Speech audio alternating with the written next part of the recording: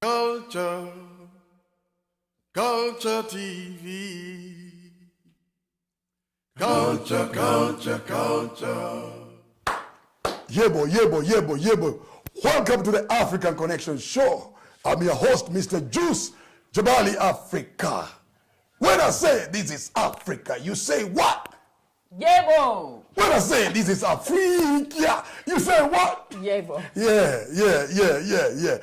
This show is all about African excellence. And today, I'm privileged to have this lady I've known for a very long time. This lady is family. This queen, let me call her queen. This queen, I've known this queen for a very long time. She's actually special to me. Also, she's Mama Ahadi. If you know Ahadi and Solo, Ahadi is my nephew. And Ahadi is my buddy. Don't forget that. And Solo is my son. So this is Mama Ahadi. She originates from America, of course, United States, born and raised in New Jersey. But let me leave the rest to her. Mrs. Asikoye. Yes, sir. The queen. Yes. The empress. Wow. All those titles. You are, because I know, I've seen it. I've seen it. So tell us, who is Erika? First of all, welcome to Kenya officially on the camera. Welcome to Kenya. Yes. Who's Erika Asikoye? Well, before being Erika Asikoye, I was Erika Woods. As you already said, born in New Jersey. I am the youngest of four. My Eleanor and John Woods are my parents. And I grew up in New Jersey. I've lived in a few places in the U.S. and went to school and pursued a career in education. Yebo, you heard it. She pursued her career in education. Okay, so you pursued a career in education. What are you doing like today? What's your profession like?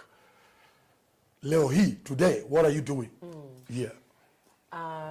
Well, let me just back up a little bit because I think it connects to that answer. So for many years, I guess since, don't want to age myself, but since 1998-ish. Wow. I've had the privilege in working in a number of education spaces, from, running summer school, after school, I should say, and summer programs, to working for the longest time in a public boarding school in D.C.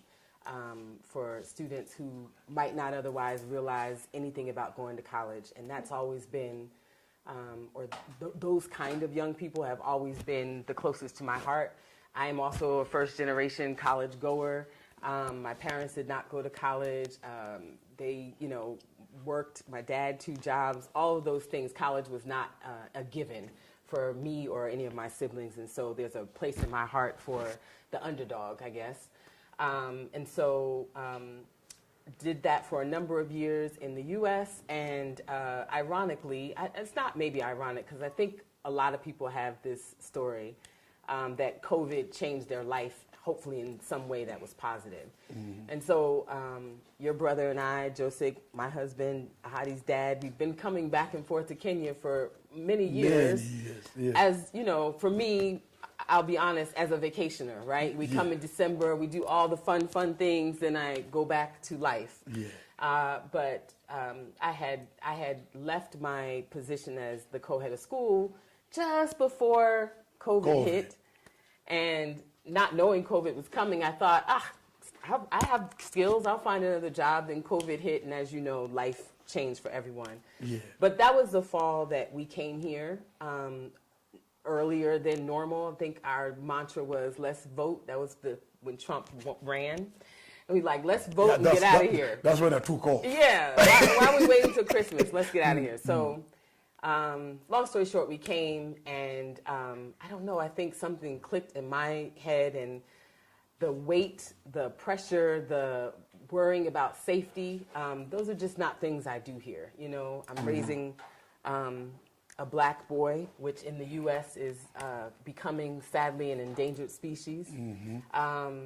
I spend a lot of time, I used to anyway, worrying about how he'd be treated, how he'd be seen. And I just don't worry about those. I don't worry about those things here. And so that kind of exhale, that when we came here and we had started talking, like, what are we rushing back to? We just kept extending our time, extending.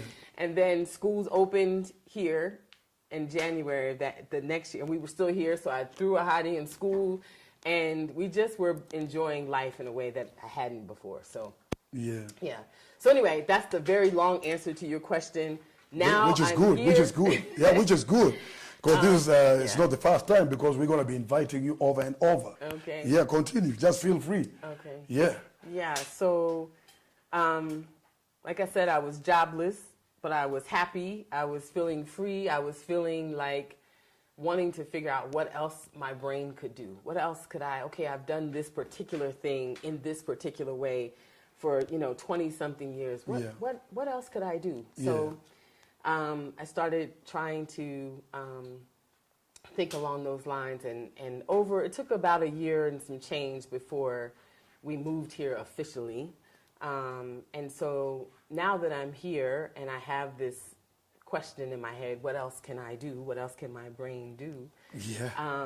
I am trying to create my own space, and enrichment, a learning space for kids that's fun, that's STEM focused. And I'm also consulting with a school that's, I guess that's past Narrow County. Yeah, Narrow County, Kilgore? Yeah, Kilgore. So those are the things that keep me busy, while also, some contract work still in the U.S. Wow. Yeah, you see, so why Kilgore's, You came from, because not many people do what you're doing.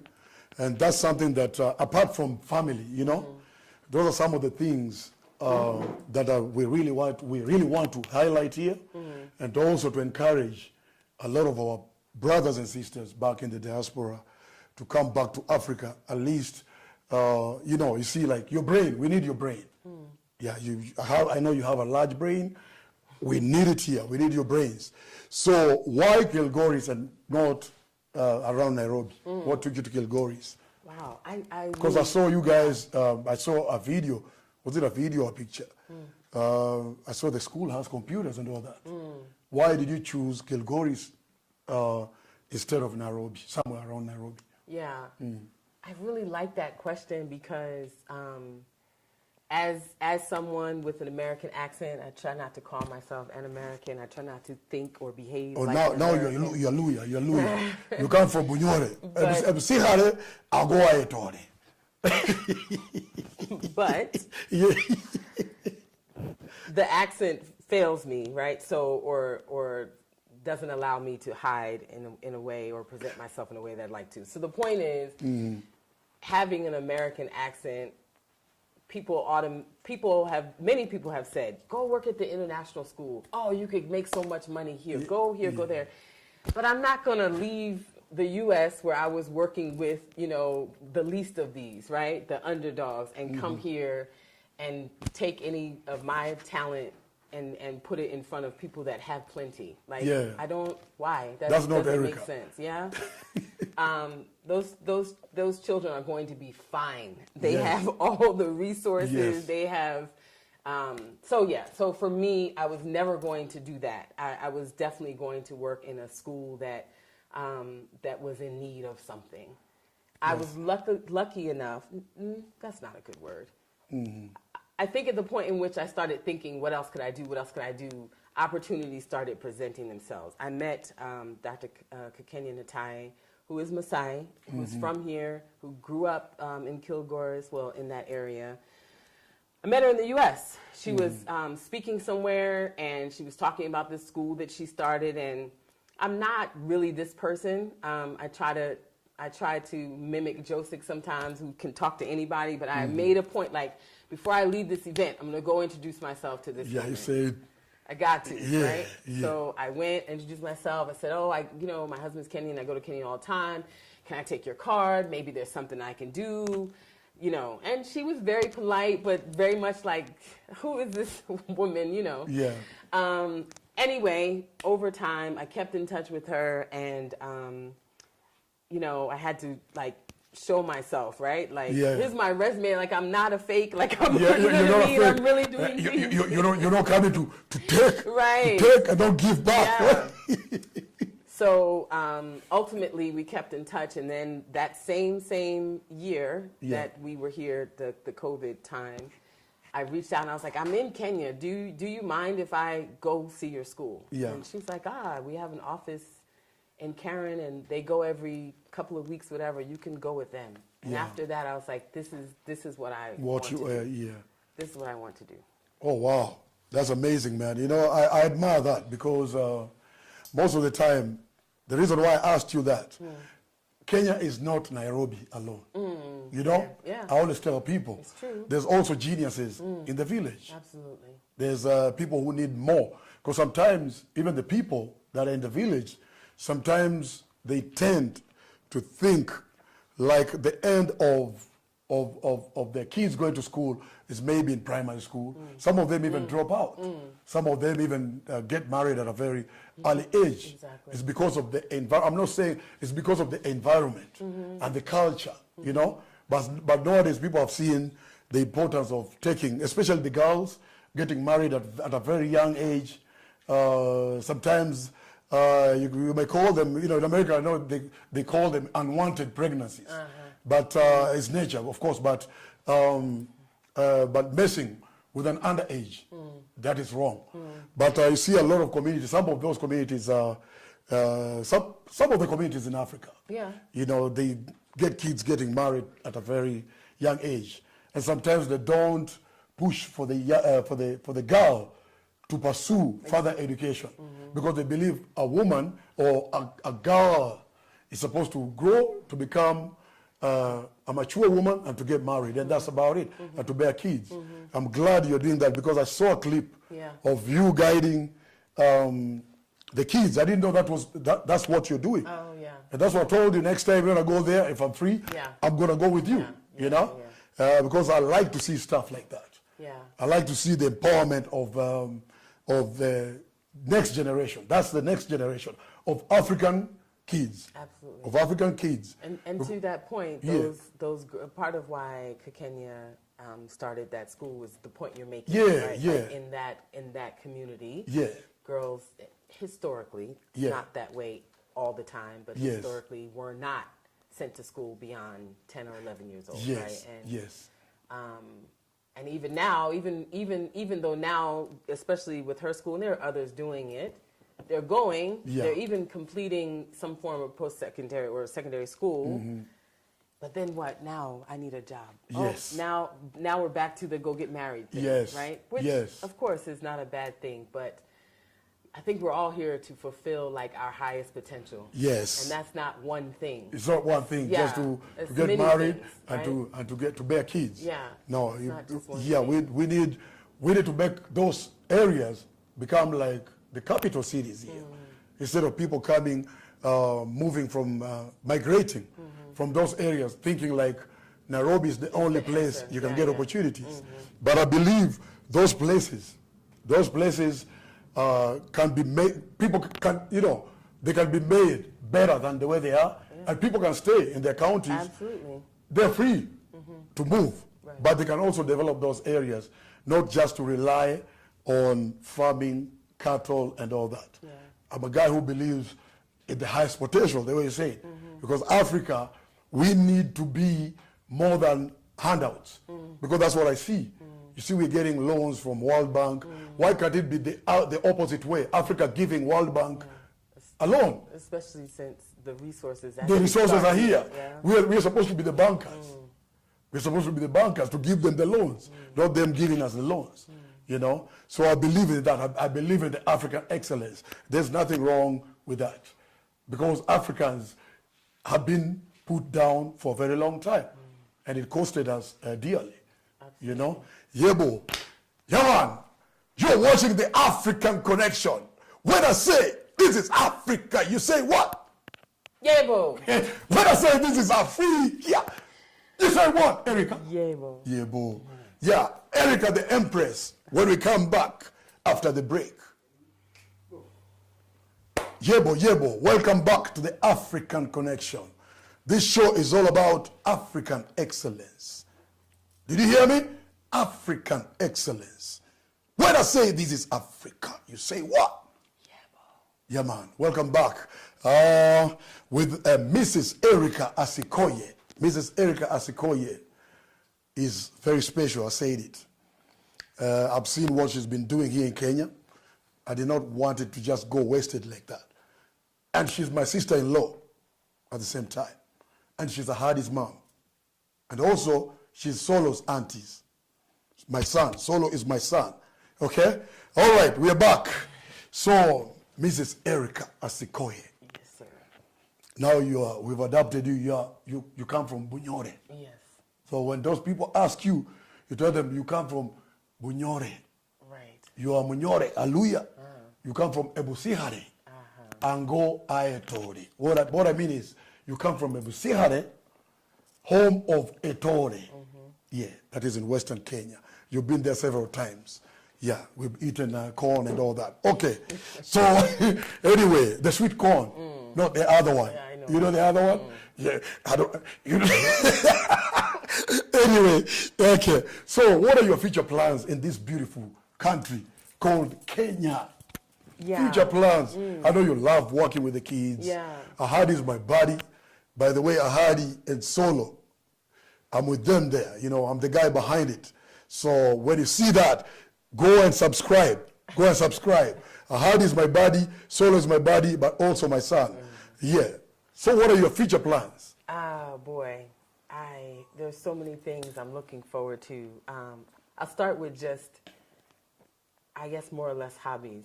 Yeah. I'm just starting to get into the art scene here, the visual art scene, I should say. Yeah. So now I've been to, I think, 3 art galleries, Banana Hill. I'm not going to be able to call the other one. It's closer. But I'm just, I'm so filled by the painters and whatnot and some of the exhibits that I've seen. And there's so many. So I'm trying to, that's something I'm looking forward to getting more deeply into. Yeah.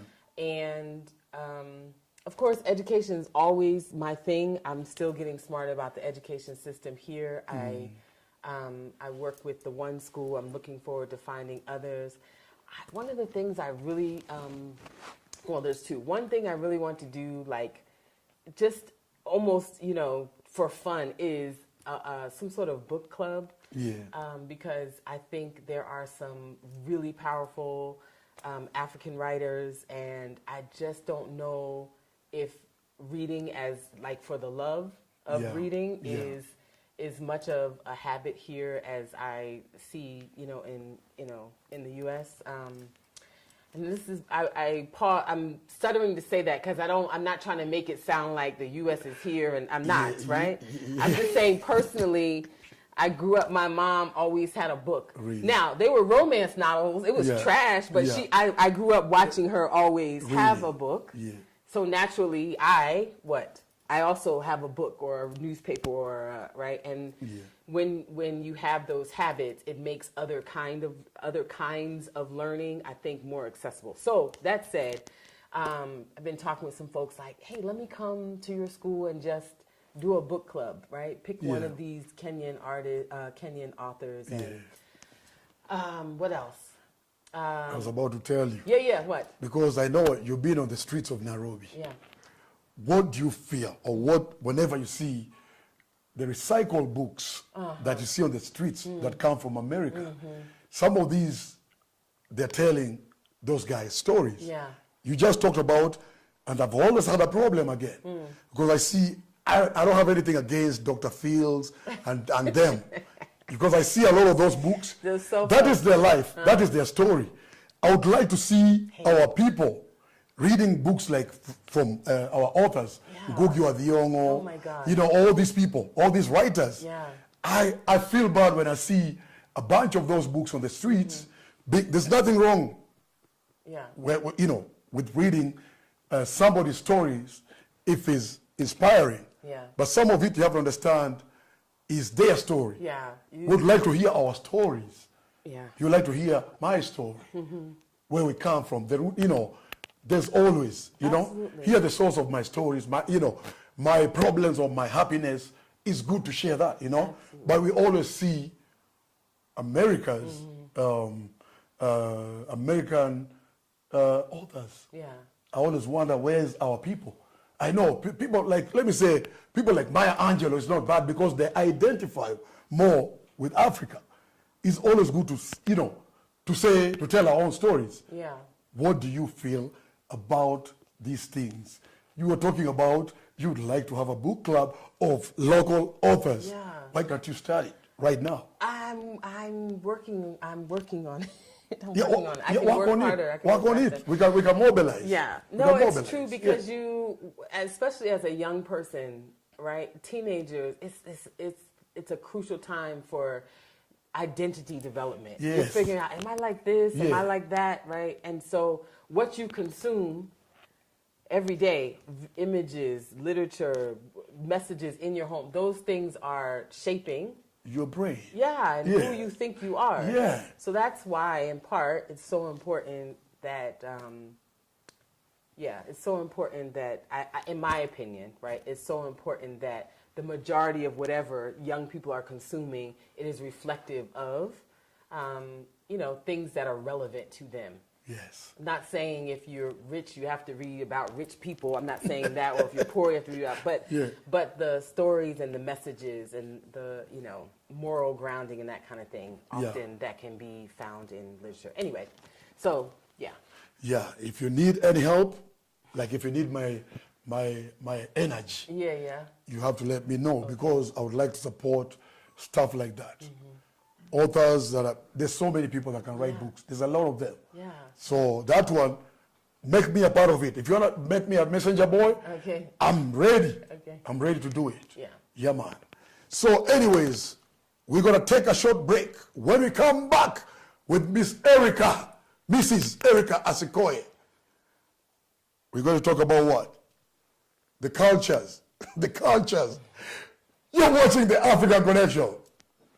When I say this is Africa, you say what? You say Yebo.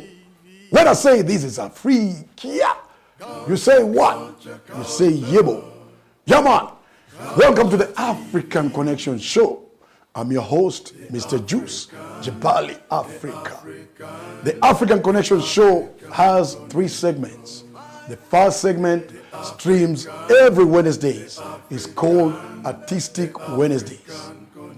If you are a visual artist, if you're a musician, if you're a sculptor, if you are whoever you are artistically, get in touch with us. The second segment streams every Thursday. It's called the African Excellence. If you're a scientist, if you're a manufacturer, if you are a mason, if you are whoever you think you can fit in this segment, get in touch with us. All right? The third segment is called Culture Kids.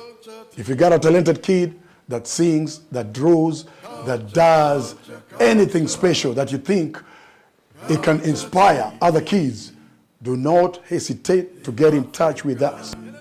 We have an Instagram, Culture Hub Live. We have a Facebook page, Culture Hub Live. And we have a YouTube channel, Culture Hub Live. Do not forget to subscribe. Let me repeat again.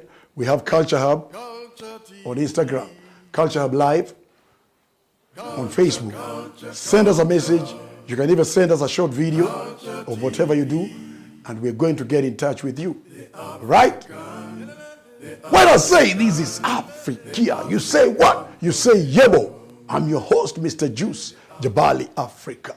Yebo. Welcome back. When I say this is Africa, you say what? Yebo. Thank you very much. Yeah, I'm going to keep on telling you this until kingdom come. So you've been traveling around a lot of countries in Africa. I've been keeping track, Mrs. Asikoye. And You've been to several countries. What difference have you seen from these countries, from the culture, the food, the music? First of all, let's start with Kenya. Yeah. And now I know you're leaving tomorrow, you're going to Ghana. Yes, I'm You see? so excited. You see how you're enjoying this continent? It's so delicious. It's delicious. Yeah. Do these Africans know this continent is delicious? Yeah, it's delicious. Do they know? I don't know. Okay. But me, Yeah. I'm going to taste it I know. all. I know you're enjoying it. Yeah. You're squeezing the juice out of it. Yeah. Yeah. I'm going to do Kenya last. Kenya the last, very okay. first country I visited since going back was Zimbabwe. And that was, again, 90s, right? Like, Yeah. And from then I was like, what? What is this place? I'm right? telling you, It it's was heaven. eye-opening. So we did Zimbabwe, South Africa. Excuse me. And since then I've had an opportunity to, I've been to Zambia and Uganda, of course. So far, my two favorite places that I've been, Rwanda and Kenya.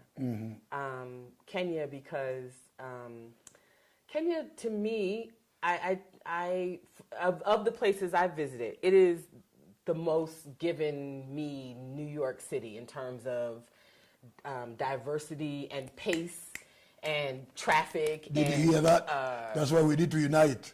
We need to unite. Yeah. Kenya to become what? The capital, the Washington, D.C. of Africa. Yeah. Continue. So it's even, to me, busier than Washington, which is why I think I said New Yeah. York. But even still within that, I mean, there are so many different places, let me just name some places. So Luanda versus Lamu versus Westlands versus Naivasha, right? You go to those four places, you feel like you're in an actually different country. diversity. It's the same country. Yeah, same country. Yeah, Yeah. but so many things to look at and learn, and the vibe is, obviously very different in those places. So I like Kenya for its range. I think there are so many different types of Kenya, right, to experience. So I'm as long as I have health and I can move every year, I want to go somewhere else, right? I want to see some other part of the continent because I think there's so much more to see and remember about what's possible and what God can do and all the things. So that's one of my goals to keep going places. Wow. You see, you have to keep on moving. That's what I'm saying. Keep on moving and spread that love because many of us, we take it for granted. But what you just said, because I've been in most places in Kenya, Kenya offers a lot of diversity. It's very diverse in terms of the cultures, the food, the people. There's a different vibe from where you go. Even me, myself, I'm from here, but if I go to a community that is not Luya or Nairobi, I was born in Nairobi, of course, where we used to many tribes. But a Nairobi vibe is a Nairobi vibe. But when you go to these places, you've come to notice one thing, even when you went to Kilgoris, Africans are very generous people. Oh, for sure. Yeah, all these political things that you see happening is not who we are. These are things that are created by the few people that we know. Politics, I call it politics.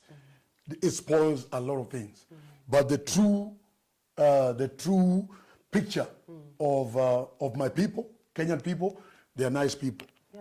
So if you go to Masai land, if you go to Samburu, if you go to Luya land, you go to Luo land, I see the hospitality is the same way. Yeah. So, and how about, because I know you love music a lot. Yes. The music. I know I found you one time with Richard Bona, Zimbabwe music. I heard you playing some tuku. I remember when we met you at a Femi Kuti concert, where you met my brother. And I've seen you at a reggae concert. There's no concert that we've never gone in DC. Yeah. And also the collection of your music, you heard a lot of African music. And then you discovered Jabali Africa. Then I Jabali Africa, mighty. You know, and she became a big fan. You know, what would you say about the music, the difference? I know you are a soul sister. By the way, she's a soul sister. When I'm saying a soul sister is the conscious side of R&B, neo soul, all that stuff. What would you say about the music that you hear here in Kenya or in Africa? Let me start with Kenya.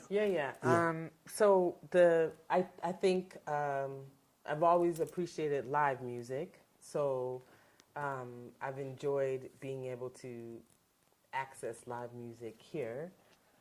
I think that there's a little too much mimicking for me. I think that the music has it's being played in Kenya, but I'm not sure how Kenyan it is. So I hear a lot of R&B and Western kind of influences, and so for me, like, I'm not gonna be somebody that goes and turns on the radio here in an effort to hear Kenyan music. But when I obviously hang out with you guys, and I wish I had asked Joseph before we started taping, but about some of the nightlife and the places. And I don't know the names of the bands, but I know that they are playing music that is more representative of what is coming from here. Yeah. So for me, live music is sort of where it's at. It's the thing I appreciate the most. I know, and you're very artistic, you're very artistic. Yeah, it's very important. Okay, so you've gone round and round and round and round, still going round and round and round. What is your favorite food, Kenyan food? I'm not going to name the spot, but my favorite Kenyan food. They gotta pay us. Yeah. You're not being sponsored, so. No, my favorite Kenyan food is fish, dry. Yeah. Tilapia? Tilapia. Yeah. Ugali and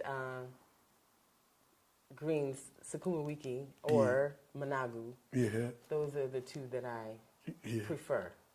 Yeah. White ugali, not brown. No, but the brown, Ethiopian food is also slamming. Yeah. A lot of really yummy Ethiopian food, a lot of yummy Indian food as well. Yeah. We adopted the Indians. Okay. Okay. Yeah. Anyways, we're going to take a short break, and we're going to be right back. I'm on Managani. The African connection. The African connection.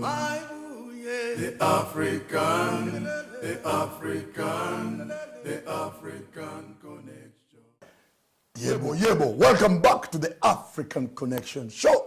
This show is all about African excellence. If you got a story, if you got a book, if you got an invention, do not hesitate to reach to us at Culture Hub Live, Instagram, Culture Hub Live, Facebook, Culture Hub Live, Google, Culture Hub Live, everything. Did you hear me? When I say this is Africa, you say what? Yeah, bro. Yeah. Welcome back. We have to come back with Panda, Yeah. This is Africa, free country. So let's talk about the music. I'm still there. Because one time I think I found you dancing to, you didn't say, what your favorite band? What is your favorite band? It gotta be Jabali Africa, man. Yeah, Jabali Africa. It got to be Jabali Africa, man. What's up? Jabali Africa is Yeah. my favorite band. Yeah. And nowadays we're not scared to say that. Jabali Africa. So what do you like about Jabali Africa, man? Tell me. Empress. You know what I mean? Empress. Yeah, Jabali Africa. So there's this group called Jabali Africa. And number one, I appreciate the evolution, right, of the music. Because when you listen to earlier albums, it's very much percussion, some a cappella, and you can still hear that sprinkled out throughout. And I think that's important because lots of people don't have range. So congratulations to this band, Jabali Africa. Oh, thank you very much. Yeah, right. Thank you very much. But I think the songs you will catch me playing, even, Ahadi, come from probably the Rebellion album or the Mayosi album.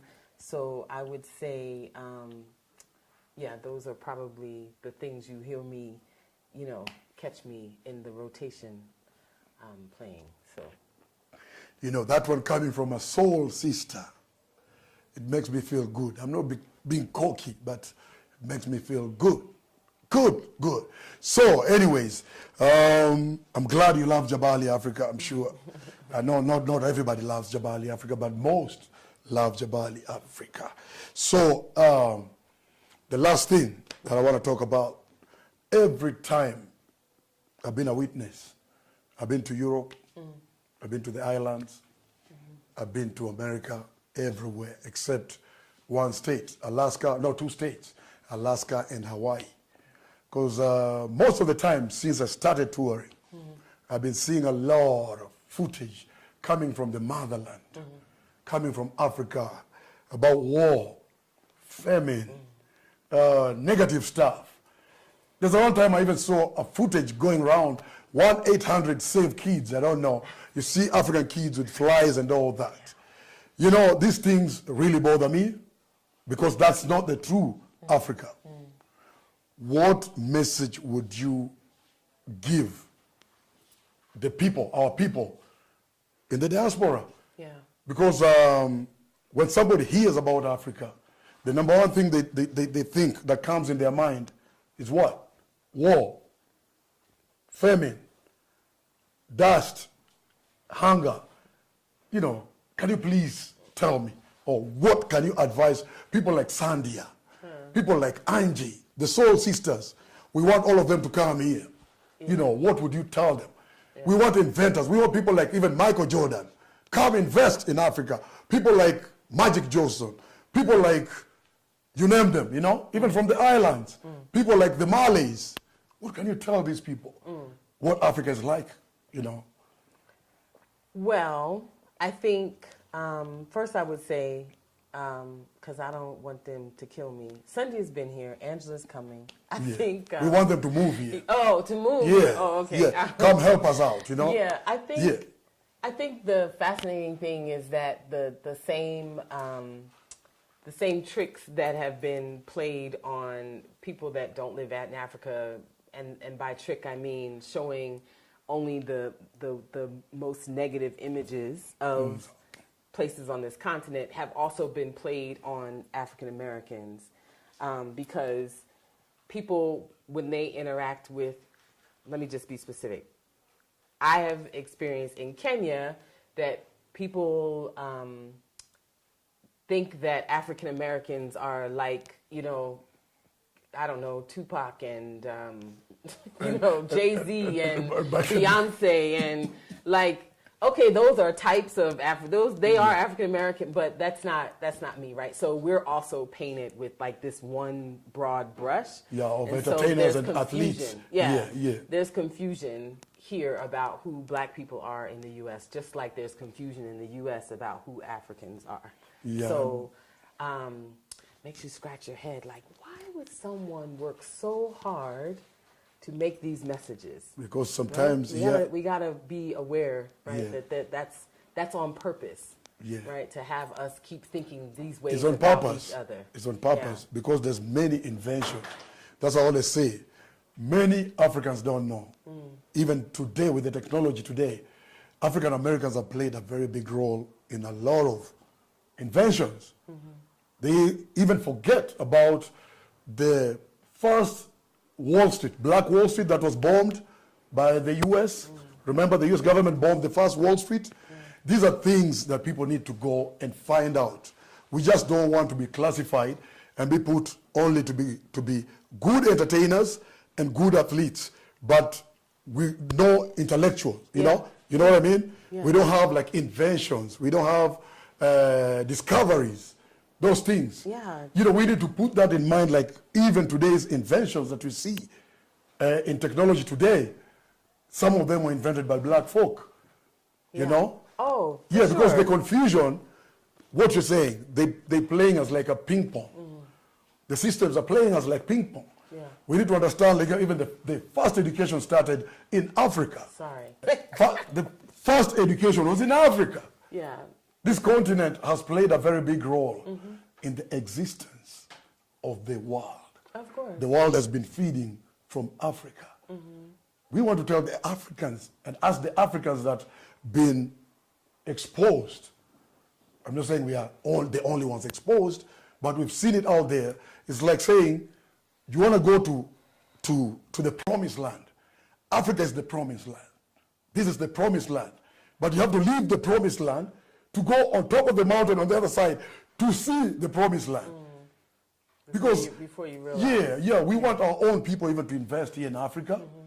I see I can call names, the Starbucks and the Burger Kings, they're here. Why can't you ask yourself why they're here? We need to invest more here in Africa. Yeah. We would like even the people who are in America, the people who are watching these, be it the bigger names, to try and think about investing in Africa. Otherwise, we're going to sleep and we're going to find like we do not own the land. You know? You know what I mean? Yeah. So what message can you give these people? Because I'm really banking on you on this. Well. Yeah. But You've seen it, Erika. Erika. But I will tell you, I want to also protect Africa. I don't want yeah. people to come with their BS. Yeah. You know, come with their blonde weaves and their tattoos and their, like... We must protect. We actually leave those things. Yeah. Just saying. But I will say this, which is for those people that have visited Africa, I think it's not. I think it's someplace you appreciate every time you come. You appreciate it differently. Yeah. So don't just come once, come more than once. And then the other thing I would say is, if you're, older and you don't want to come, pay for a young person to come. Yeah. Because the way in which it just sort of like opens the mind, right, for young people to know, oh, this is possible. Yeah. Oh, people live like this.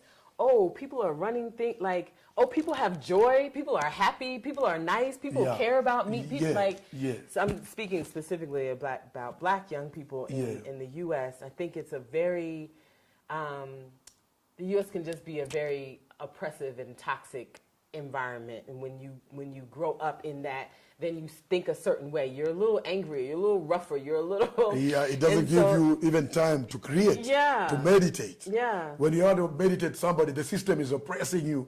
You don't even have time to be creative. Yeah. I understand that. So I would just say, if you yourself, you don't want to come, sponsor a young person to come, Do that. Make sure somebody under, 25 gets out of the U.S. and has a chance to see something else.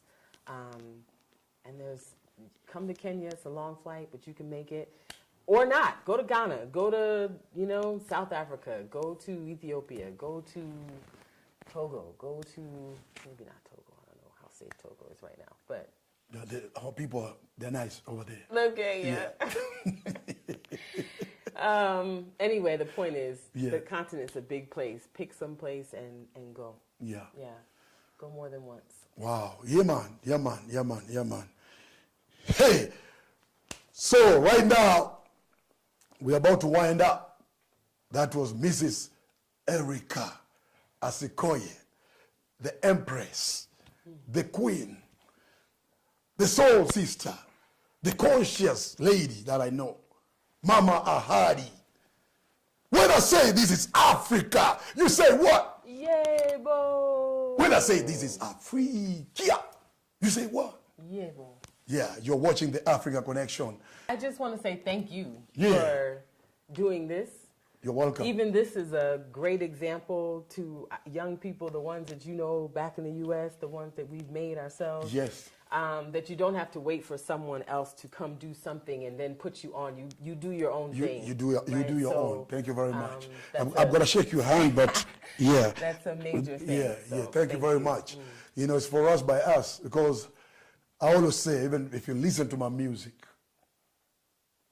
when I sing, in every 5 songs I write about Africa. Because we cannot wait. We cannot wait for anybody to come tell our stories. You're the only one who can tell your own stories. There's a lot of African Americans that I know. I know a lot of Jamaicans. I know a lot of people from Trinidad.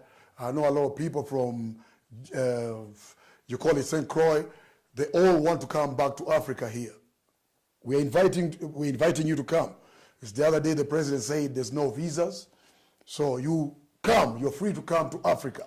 Come, invest, even if it's a small business, whichever business you want to do. Tanya, right there in Bermuda, come back to Africa.